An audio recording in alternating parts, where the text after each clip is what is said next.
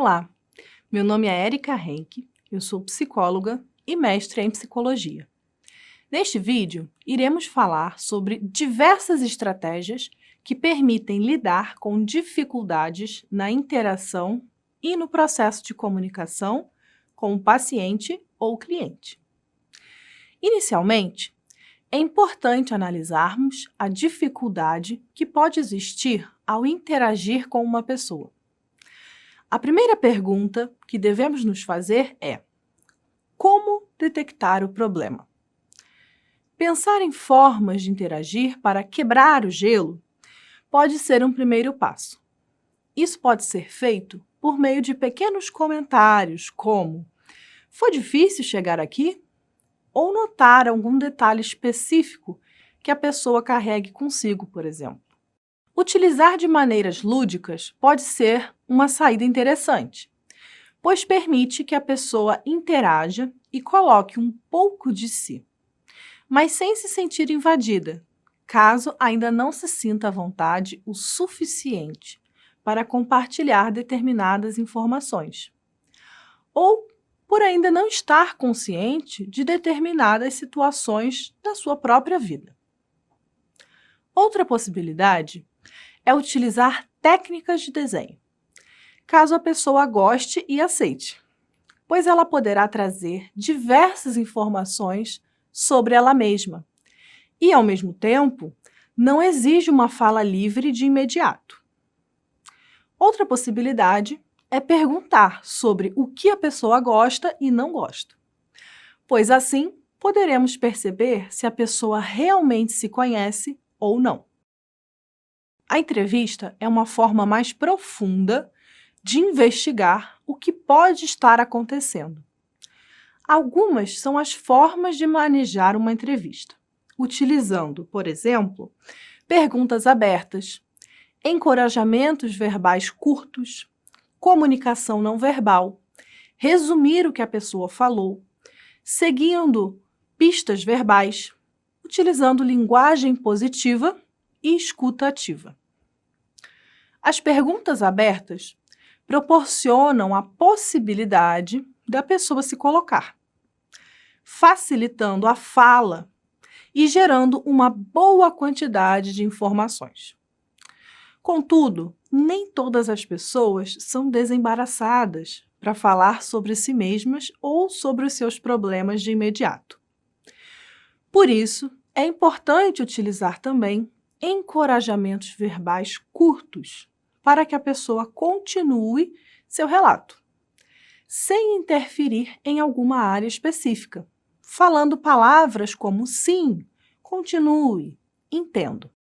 A comunicação não verbal, por parte do psicólogo, pode encorajar a pessoa também, ao acenarmos com a cabeça quando a pessoa estiver falando, manter o contato visual, manter a face expressiva e interessada no que está sendo dito, respeitando o silêncio quando esse for significativo para a pessoa.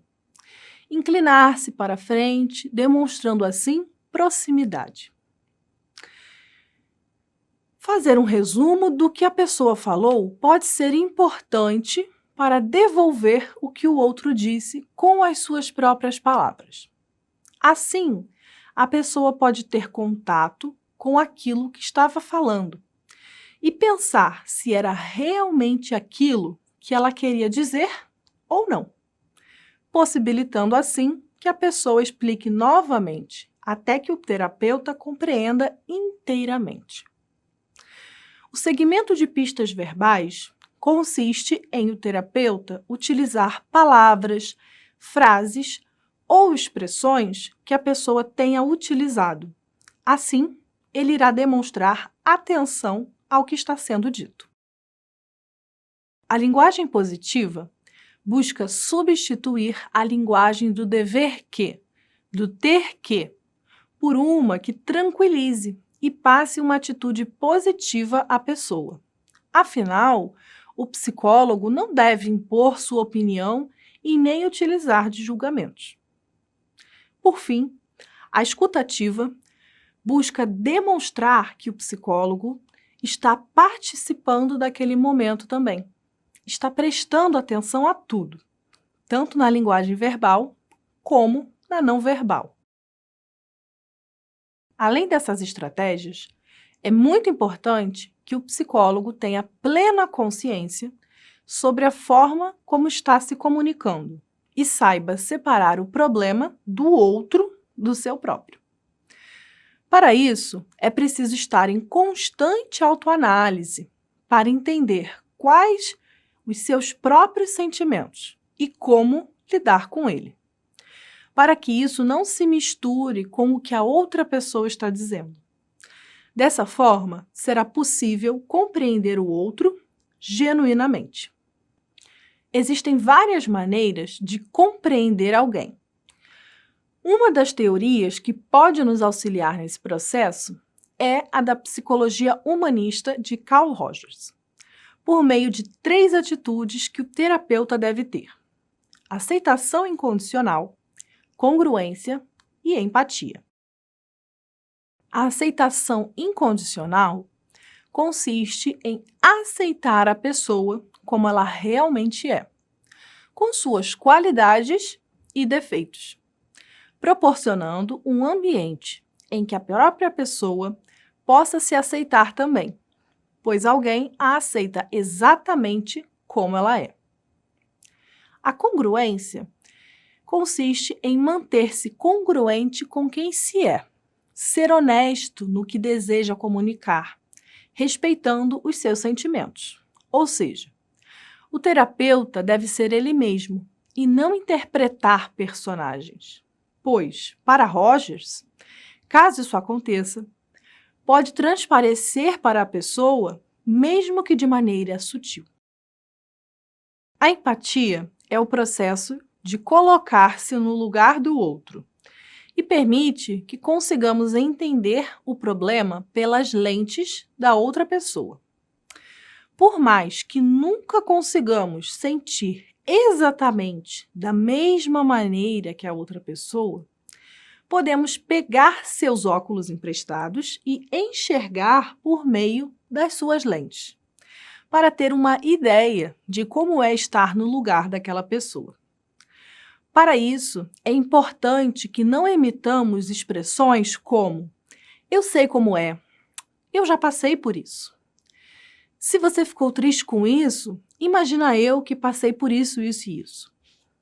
Essas e tantas outras expressões acabam fechando o canal de comunicação, pois acabamos utilizando de uma comparação dos problemas, começando um verdadeiro embate para saber quem tem o problema maior. A empatia, ao contrário, ao levar em consideração a pessoa que se expressa como estando no centro da sua expressão, facilita o entendimento e gera abertura para que o indivíduo se sinta mais à vontade. Existem pessoas que conseguem falar livremente em um processo terapêutico. Contudo, nem sempre a pessoa estará preparada para falar sobre absolutamente todas as suas experiências. Por isso, é importante que, como psicólogos, respeitemos os limites do outro. Em um processo terapêutico, é importante deixar claro que a pessoa deve se sentir confortável para falar o que deseja. E caso isso não aconteça, então ela não precisa se sentir obrigada a falar algo que ainda é muito difícil para ela. Afinal, a relação terapêutica, como em qualquer outra relação, leva tempo para construir confiança. O psicólogo deve ter paciência para esperar o tempo do outro, pois é o espaço dele. O protagonista é a pessoa que fala de si. Bom, eu vou ficando por aqui. Espero ter contribuído para os seus estudos. Até uma próxima vez e até mais.